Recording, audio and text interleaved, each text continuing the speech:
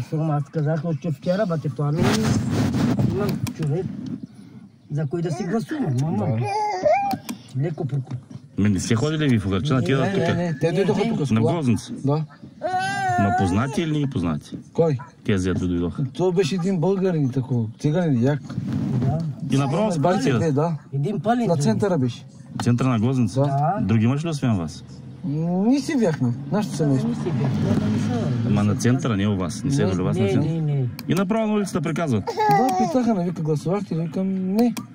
Ма казаха ли, че сте обещали? Не сте казали. Добре. Не сме казали, не. Казах просто, че не ще. Не щем да гласувам. И те? За никой. И си тръгнаха. Да. И те пак спряха. Нати вика парите, вика проверите. Дават ни пари, Извадиха парите? Да, потребкам към 3 по на 4 да те взема. Да. Викам, човек не ще да гласувам.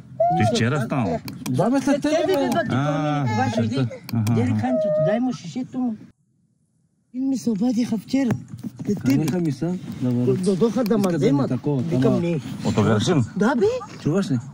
И аз си викам Дават сега ми на ума. пари, бати Ако Пламен. рекам там да гласувам, И се отказах, не. Мой. Не може. И за може. тези заради теб не съм ти отказал. И от Угърчин дойдоха тук?